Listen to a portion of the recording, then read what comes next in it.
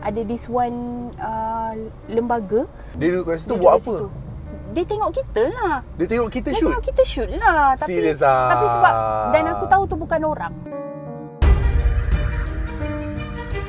I tengah basuh pinggan malam-malam, ada kakak muncul macam tu. Aku kena kat depan tau. Jadi imam? Bukan jadi imam, dia muncul depan kau.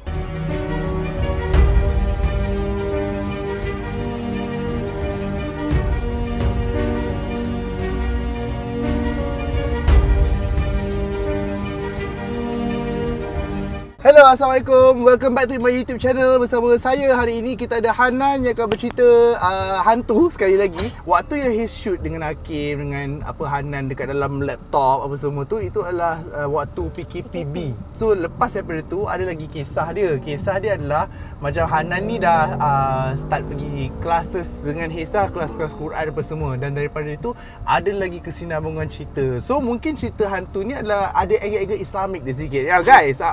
Tapi sebelum tu Hiz nak bagi tahu kat korang, untuk video kali ni Hiz dermakan RM500 kepada Persatuan My Fund Action untuk tabung ke Yaman, yang mana Hiz sendiri akan terbang ke sana nanti untuk berikan bantuan lepas sampai habis Covid ni lah. Sebab sekarang ni tak boleh pergi lagi sebab ada Covid lagi. So bila tiba masanya Hiz akan berpulang untuk pergi situ. Okay?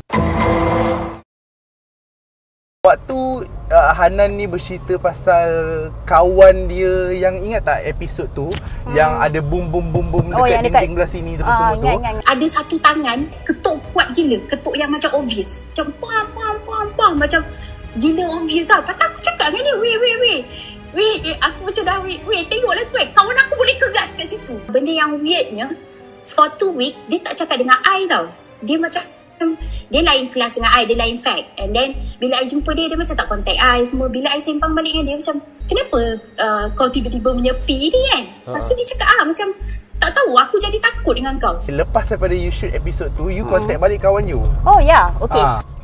Cerita-cerita yang share ni banyak melibatkan orang lain juga kan. So somehow there are few people yang I contact balik. Sebab bagi I tak fair kalau I share cerita ni adalah pasal dia orang juga. Aku just ambil inisiatif untuk cari dia balik, message. Dia macam lepas habis belajar tak ada contact langsung tau dengan this person yang malam kita orang meraya 2 orang tu lah. Sebab before that macam rapat tau, macam everyday keluar nak makan sama, and then pergi library sama. Lepas tu dah tak ada, macam senyap kan. Okay lah, kau tak nak cakap dengan aku, nak macam mana kan.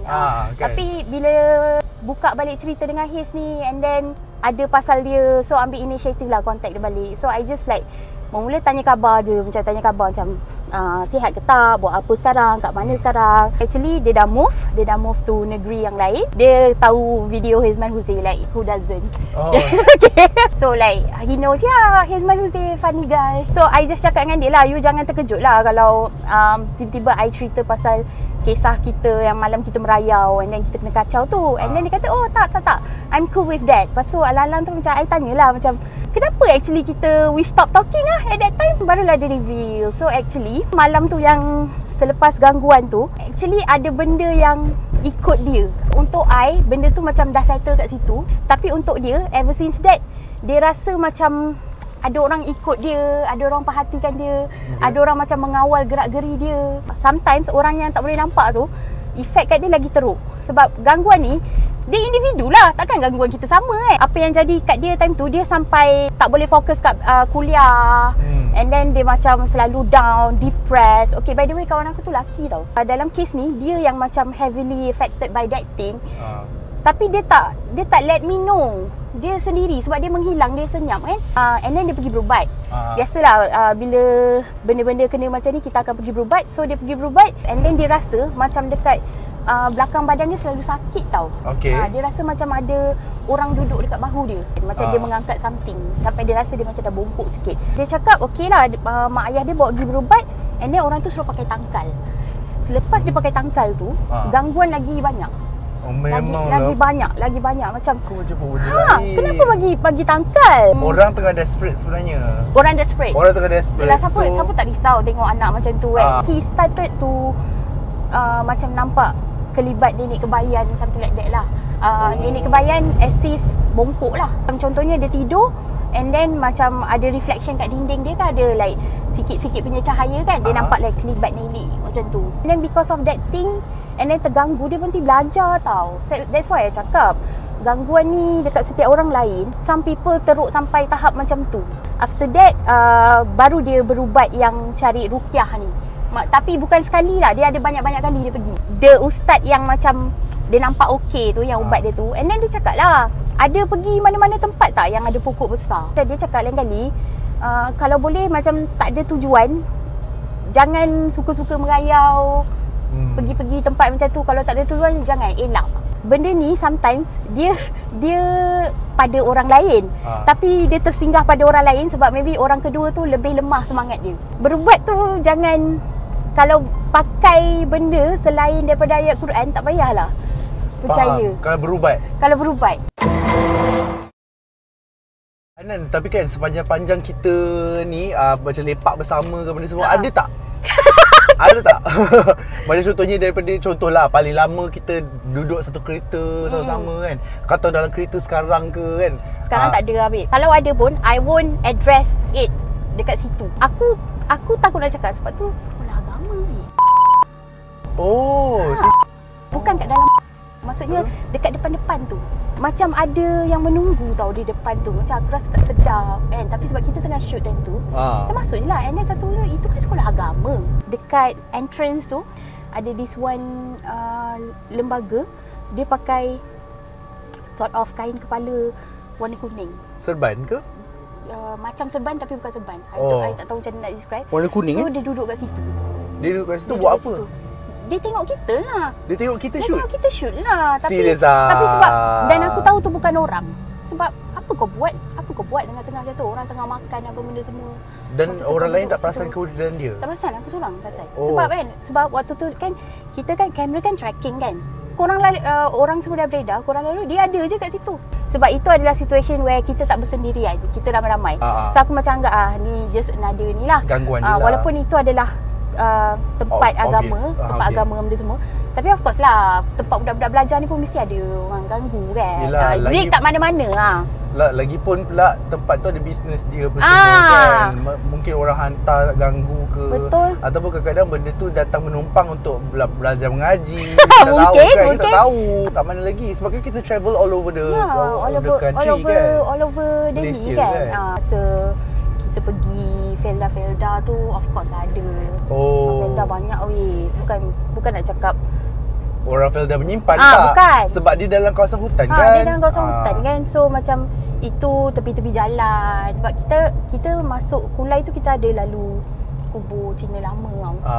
So macam you nampak apa kat situ? Yang kat situ nampak lembaga-lembaga berayut lah.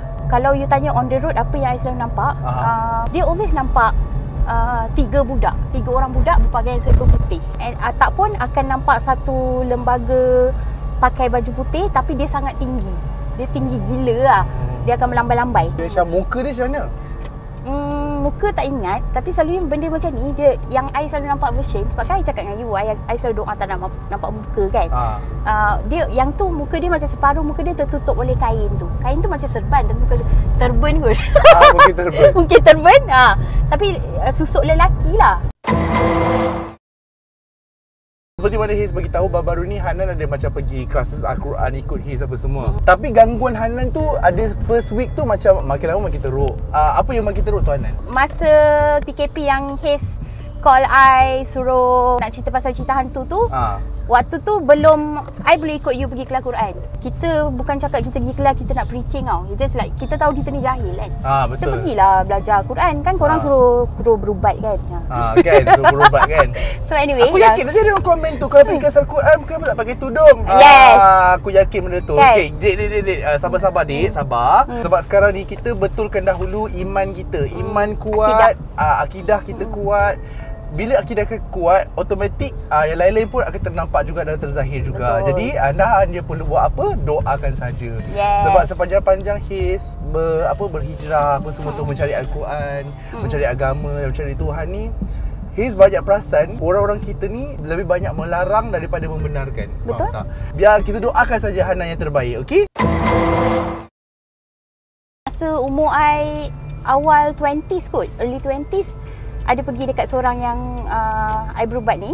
Dia kata kan, dia cakap dengan I, benda ni adalah anugerah kalau I boleh gunakan untuk mengubat orang.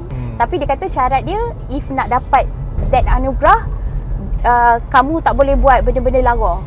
Okey. Lepas tu macam I tanyalah, apa contoh benda-benda lara? Lepas tu dia cakap lah, pergi tempat-tempat lara pun tak boleh. Lepas tu cakap, okey tak apalah, aku memang tak pergi kelab semua kan, apa masalah dia. Lepas tu dia kata, panggung wayang pun tak boleh. Kau tahu kerja aku kan. Kerja I memang dekat sinema. Bila kita dengar pernyataan tu, macam dia kata, kalau awak jaga diri awak daripada perkara-perkara lara, hijab awak lagi boleh tengok macam-macam. So bila dia cakap macam tu, aku dah lah orang yang memang tak nak tengok. Lepas tu dia cakap macam tu. So perception aku time tu, kalau aku jadi lagi pious, aku akan lagi nampak. Lagi beragama. Lagi beragama. So lagi kau nampak. Lagi aku nampak. Of course aku tak nak. Bila rasa macam gangguan, especially bila kita nak sembahyang. Macam waktu tu tak sembahyang weh. Dia macam dah sembahyang, dah pakai telekom, tapi kau rasa that thing ganggu, kau tak sembahyang. Sedangkan gangguan tu adalah memang untuk menggagalkan kau sembahyang. Yang aku kena kat depan tau. Jadi imam. Bukan jadi imam, dia muncul depan kau. Dengan muka dia menampakkan muka dia pada kau macam tu. Tak nampak muka pun, tapi kau tahu sebab pocong. So kau bayangkan, kau nak sembahyang kau nampak pocong. Kau nak teruskan sembahyang ke tak? Sepatutnya kau teruskan lah. Tapi sebab aku terngiang-ngiang, dia kata, kalau awak ni, awak lagi beragama, awak lagi beriman, awak boleh nampak. Sedangkan perception aku, sebab macam cakap, kita ni jahil. Kita ingat kita sembahyang 5 waktu tu kita alim. Sedangkan sembahyang 5 waktu is Muslim. Masa dulu kau ingat, kalau aku sembahyang 5 waktu ni mesti aku alim kan. Mesti aku punya power lagi kuat kan. Lagi power kuat. Tak nak ah. So itu somehow dia dah menjadi alasan kenapa I selalu miss solat at that time. Macam at one point bila macam I tinggal solat, sembahyang tak penuh tu, rasa macam tak apalah, kalau kan penuh kan nampak pula lagi. Faham. Padahal padahal benda tu nak tu lah. Padahal ever since that nampak juga tak ada pun gangguan tu berhenti. It just like I rasa maybe kalau masa tu I lagi beragama, lagi kuat kena kacau.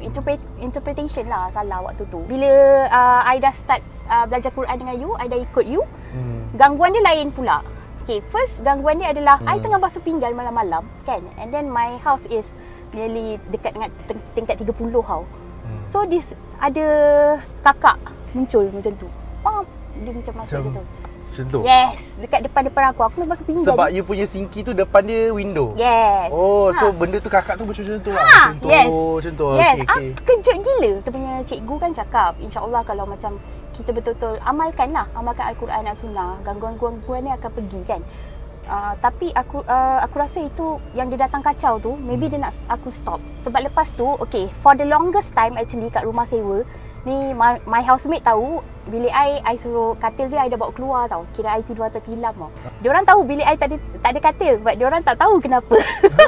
So selama ni I tidur standard cerita hantu lah, kat bawah katil ada benda semua kan. But for me, I selalu kena gangguan yang I tengah tidur ada benda tarik kaki I. You nampak tak tangan tu? Sebab dah kena 2-3 kali aku tak layan lah. Tapi biasanya selepas terjadi macam tu, I akan macam takut akan macam takut, and then tak boleh tidur sampai pagi. But always ada dia gangguan waktu I tengah tidur, dia suka tarik dari bawah tau. Actually dalam Quran ada kan ayat yang cakap makhluk ni dia nak kacau kita waktu kita belajar Quran. Betul. Aku ada buat notes. You guys akan macam pelik, kenapa Haze ni macam dalam YouTube channel Haze ni suka cakap pasal hantu tiba-tiba, sedangkan sebelum ni cakap pasal agama, suka masak apa semua. Sebab pada Haze benda ni ada sangkut paut dan berkait rapat. Ada satu benda yang Haze nak share pada korang. Sebab asalnya video episod pertama dengan episod kedua Haze tak nak keluarkan sangat pun. For me, I rasa macam ada setengah benda yang it's not right. It's not the time yet. It's not the time yet. So aku keluarkan tu, memang itu adalah waktu yang terbaik sebab Hanan dah jumpa solution dia. Surah 16 ayat 98 sampai 100. Apabila kamu membaca Al-Quran, hendaklah kamu meminta perlindungan kepada Allah dari syaitan yang terkutuk. Sesungguhnya syaitan itu tidak ada kekuasaannya atas orang-orang yang beriman dan bertawakal kepada Tuhannya. Betul. Sesungguhnya kekuasaan syaitan hanyalah atas orang-orang yang mengambilnya jadi pemimpin dan orang-orang yang mempersekutukannya dengan Allah. Apa yang macam menyentuh I masa kita belajar kan, first class I macam nangis kan. Kita nangis benda berbeza yang you tak faham kenapa I nangis kan. Like, sebab ujian kita orang berbeza tau. Ujian Haze pernah cerita benda ni dalam episod berhala. His mahukan acknowledgement daripada orang, His mahukan duit, His mahukan peluang dan benda-benda macam tu. So sampailah aku menjadikan benda-benda itu sebagai Tuhan aku. Hanan punya lain. Hanan punya adalah dia seolah-olah bertuhankan hantu. Yes, that point aku dah teringat. I actually sembahyang to elak gangguan hantu. Macam aku rasa kalau aku sembahyang tak penuh ni kan, malam kan mesti kena kacau. Sebab Mak Iman selalu kata mengajilah banyak-banyak kalau tak nak kena kacau tu kan. So itulah apa yang aku buat. Aku rasa kalau macam malam tu I tak baca Quran sebelum tidur, I rasa I akan kena kacau malam tu. Kita pergi kelas tu kan, kita punya cikgu tanya, kenapa sebenarnya nak belajar Quran ni? So at that point it hits me bila macam lah, aku sembahyang, aku baca Quran ni sebab aku takut hantu, bukan aku takut Allah. Macam ya Allah, selama ni hidup kenapa aku takut pada hantu lah? Takut tak dengan Allah? Pernah tak menangis sebab takut Allah? Tapi pernah tak menangis sebab takut hantu? Yes, pernah.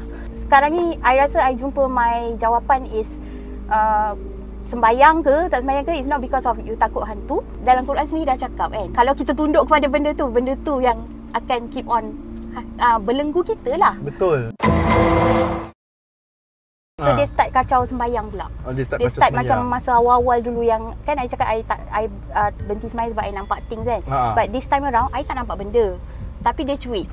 And then dia sengaja macam, kan orang perempuan sembayang kalau nampak kaki tu batal kan. Aku boleh rasa kain aku ditarik supaya menampakkan kaki aku. Tak cerita kat aku. And then macam kena cuit. Waktu tu memang kena macam restart balik lah solat. So then ada seorang ahli keluarga mimpi kan. Salah seorang ahli keluarga mimpi ada lembaga mengerikan muka datang dekat dia. And then dia cakap suruh Hanan berhenti. Which is tak tahu suruh berhenti apa. Kena himpap, kena nak cekik, and then dia cakap suruh Hanan berhenti. Kita proses tak nak menyekutukan Allah ni. Kita nak pegang betul-betul kan semua kan. So benda tu dia datang kacau lah. Sebab bila kita orang belajar Al-Quran ni, belajar Al-Quran dalam keadaan yang kita orang tak tahu apa-apa. Yang sebenarnya hakikatnya memang tak tahu apa-apa pun. Yang sebab kita nak berhijrah kan. Kalau kita tahu apa-apa, mesti kita tak buat dosa sejak kecil kan. Agama ni kalau bukan untuk berdosa, untuk siapa lagi kan. Kalau katakan benda yang kita buat ni salah ataupun mendatangkan kesesatan pada diri kita, benda tu takkan halang pun. Betul. Kan buat lagi. Mungkin kau terus tak nampak langsung hantu tu. And kau rasa diri kau betul. Betul. Sebelum you join you ada join kelas agama lain. Which is tak boleh disebut lah apa. Tak boleh, kita tak payah sebut pusat tu. Tapi dia agak popular lah. Tapi you tak pergi kat situ kenapa? So bila pergi tu dekat luar macam diorang tahu I free hair kan. Tahu I free hair. So I could feel the judgement. I selalu tak kisah sangat pasal judgement ni, tapi sebab kat situ semua TLC tau. Tuduh Labu Clan? Yes, Tuduh Labu Clan. I don't mind sebab I actually pernah jumpa TLC berpudah yang sangat open. And usually they are the kind of people yang dah duduk luar negara. Dekat situ, I could feel like apa dia cakap tu memang dia tujukan dekat I. And aku kat depan tu, and then dia pandang I. And then dia cakap macam, harap dah ikut pengajian ni, dah tahu ni, amalkan lah. Sebab tak guna kita pergi pengajian and then kita tak ambil, benda tu jadi sia-sia. So benda tu macam menusuk macam, so what are you trying to say? This thing is exclusive for TLC only. So tak apalah, kan? I rest my case lah. Dan dalam bahagian komen video His sebelum ni, korang kata nampak tak komen-komen yang macam, sebenarnya saya dulu pernah pergi usrah, lepas tu join usrah tu, lepas tu orang pandang saya slack sebab saya tak pakai stokin tangan. Lagi sekali saya ulang, kalau agama kita ni bukan untuk pendosa, untuk siapa lagi. Okay, mungkin session kita, saya dengan Hanan ni bercakap pasal hantu dan sebagainya, tapi pada masa yang sama saya ingin mengingatkan kepada anda yang macam semua orang ada hak untuk beragama. Tak kisah rupa anda macam mana pun. Memang tutup aurat tu wajib. Siapa tak tahu? Hanan tahu kot. Hanan tahu. Semua orang manusia Islam dekat dalam Malaysia yang free hair ni tahu menutup aurat tu wajib. Oleh sedemikian rupa kita panas tiba. Di sini dia memang semua orang tahu wajib. Okey, wajib. Sekarang ni kalau mereka memilih untuk tidak memakainya, okey, dia berbalik kepada akidah. Berbalik pada akidah, percaya pada Allah, percaya pada Rasul. Satu hari insya-Allah Hanan akan berhijab, tapi dia akan memakai hijab insya-Allah lebih baik daripada orang-orang yang sedang memakai hijab tapi tak tahu pun kenapa. Aku yakin benda tu, dan aku yakin benda tu akan berlaku, you know. Kalau seseorang itu mahu berubah, perlu faham atau berhijrah, perlu faham kenapa dia lakukan dia, untuk apa dan kenapa. Baru benda tu akan istiqomah. Sebab dah berapa kali dah kita tengok di atas muka bumi ni, artis ke selebriti ke, pakai tudung betul kau buka balik, pakai tudung betul kau buka balik. Bukan aku nak judge orang, tapi orang selalu tanya aku macam mana nak istiqomah. Tidak istiqomah sebab kau tak faham kenapa kau lakukannya. Dan Hanan, aku nak dia berhijab, tapi aku pada masa yang sama aku nak dia berhijab dalam keadaan yang faham dan istiqomah dan membawa dia ke syurga. Faham tak? Sebab nanti kan dia pakai sebab komen-komen kat netizen. Why? Baik dia berhijab kerana Allah. Faham tak? Sebenarnya bila kita orang buat video macam ni, bukanlah kita orang ni affected sangat dengan benda-benda gangguan macam ni. Cumanya message utama yang terbesar adalah, okey, cerita hantu memang menghiburkan. Semoga lepas kau tengok beberapa video hantu bersama dengan Hanan, kau tak takut dah. Once I dah hidup berquran ke, benda-benda macam ni dah I akan anggap petty. How about you? I dah tak give in kepada gangguan dia. Itu what I can say lah. Sebab dulu bila kena benda macam ni je, my housemate tahulah I sejenis kalau I have an early flight, yang kita kena pergi airport pukul 3 pagi macam tu kan, I tanpa segan silu kejut diorang suruh teman I turun bawah, turun lift semua. I sejenis macam tu. And then they have to text me, minggu ni diorang ada kat rumah ke tak. Kalau tak ada, I akan balik Shah Alam. Tapi ever since kita pergi tu, there are few times I sorang, and then ada benda-benda macam ni I tak layan. Itu difference yang I rasa lah. You rasa you lebih berani lah sekarang? I rasa I lebih berani. I tak give in kepada gangguan dia. Macam betul you cakap, it's a nice timing bila you keluarkan benda ni. Sebab kita dah ada dua perspektif.